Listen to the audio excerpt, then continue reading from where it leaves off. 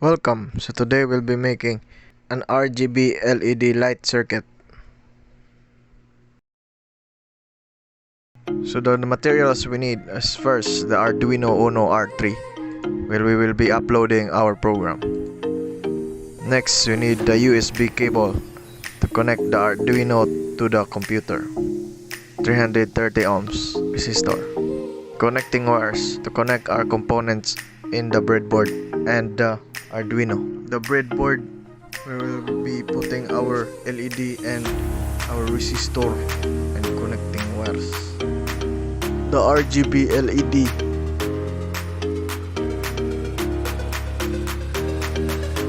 So this is the process of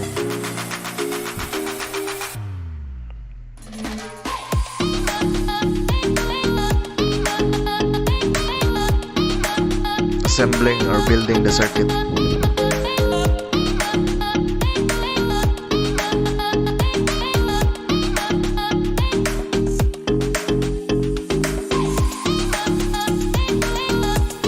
Then after building the circuit, we need to connect the Arduino to the PC and upload the program written for the project.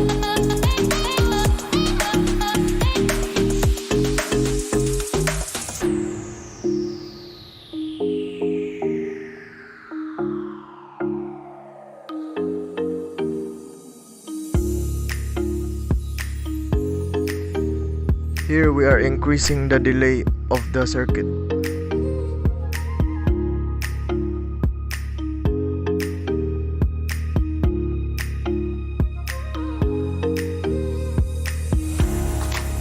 And this is the result of 3-second delay for each light.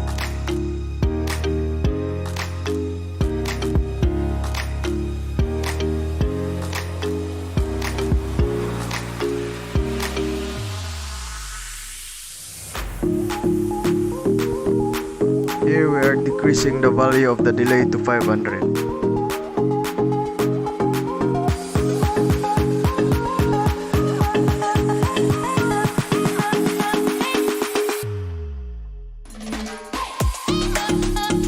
This is the result of short delay.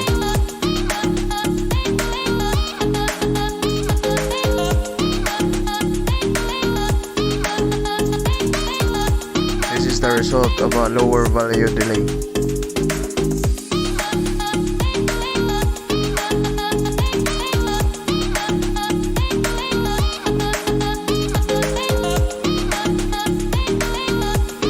Here we are changing the digital pins to other PWM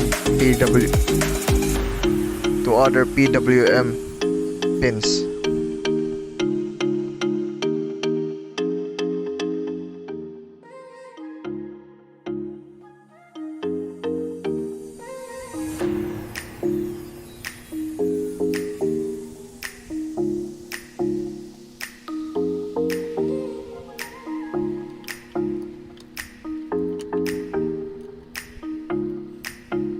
So the result shows no changes of the circuit.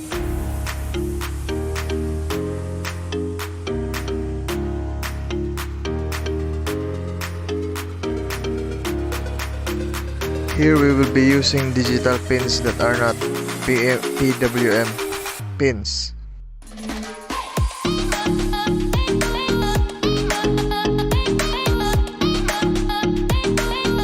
As a result, some lights would not display in the circuit relay.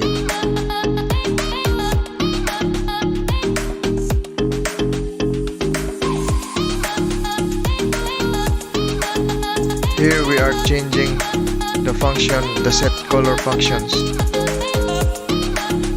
to achieve different light combinations.